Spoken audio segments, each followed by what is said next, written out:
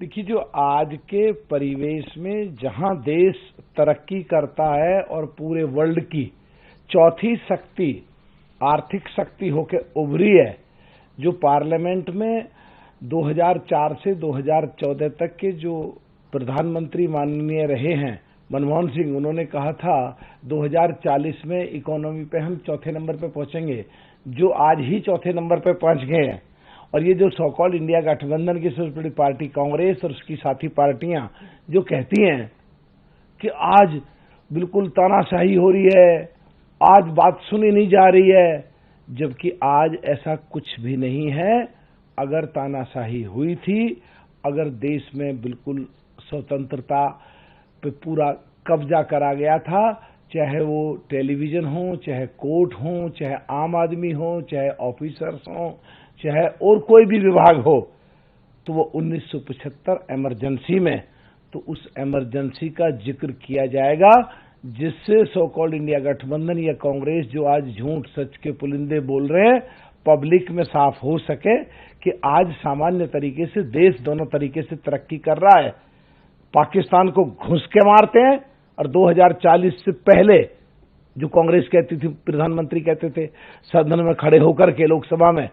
वो आज 2025 में ही हमने कर दी है। और आज अगर ये पब्लिक को गुमराह करने की कोशिश करेंगे, झूठ बोलेंगे, तो इमरजेंसी का जिक्र करके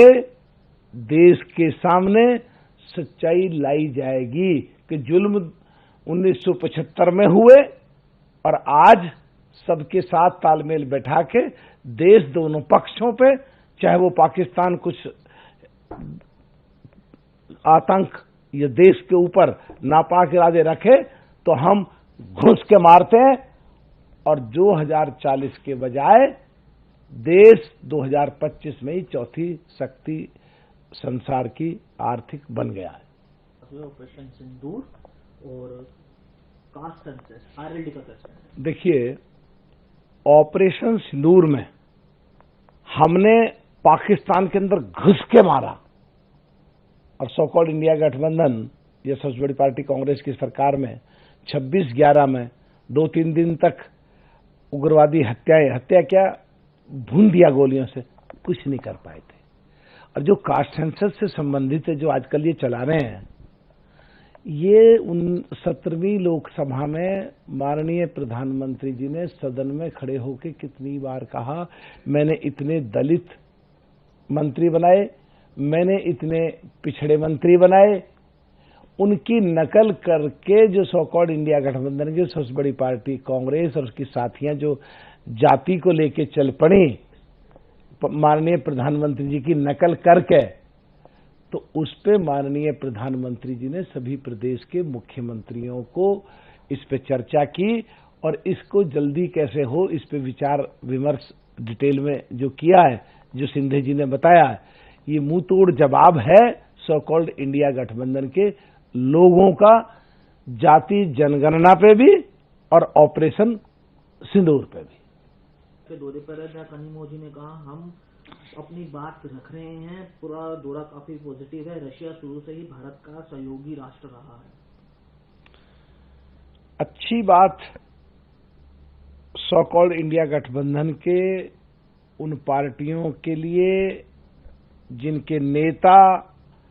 एक रूढ़िवादी और एक देश के अंदर अपनी जमीन खिसकती हुई जमीन को देख करके जो बगैर मतलब के खिलाफ बोल रहे हैं, और उसी पार्टी के कुछ नेता सही आकलन करके धरातल पे और विश्व में जाके विश्व के पैमाने पे, विश्व के पटल पे अपने देश की बातों को रख रहे हैं, तो दूसरी पार्टियों में भी कुछ लोग ऐसे हैं जो देश को प्राथमिकता पे रखते हैं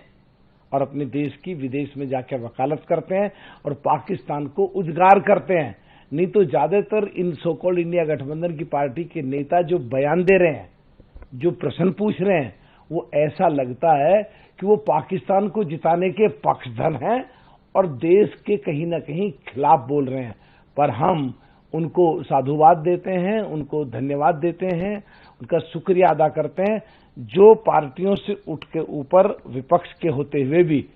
पूरे संसार के सामने पाकिस्तान के नापाक इरादों को उजागर कर रहे हैं और अपनी देश की शक्ति को बढ़िया ढंग से पूरे विश्व के पटल पे रख रहे हैं।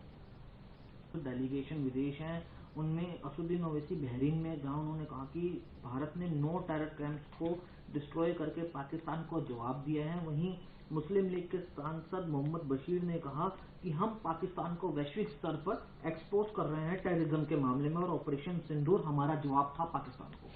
पूरा सो कॉल्ड इंडिया गठबंधन की 2 पार्टियां, उधर तो कश्मीर से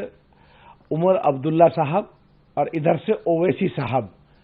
जरूरत पड़ने पे, समय आने पे ये सिद्ध कर रहे हैं कि देश उनके लिए सबसे पहले है। और ओवैसी साहब ने विदेश में जाकर के कहा है, और वो भी मुस्लिम देशों में, कि हमने पाकिस्तान को घुस के उग्रवादियों को 9 जगह मारा है। एक दिखाता है कि ओवैसी साहब देश को प्राथमिकता पर रखते हैं।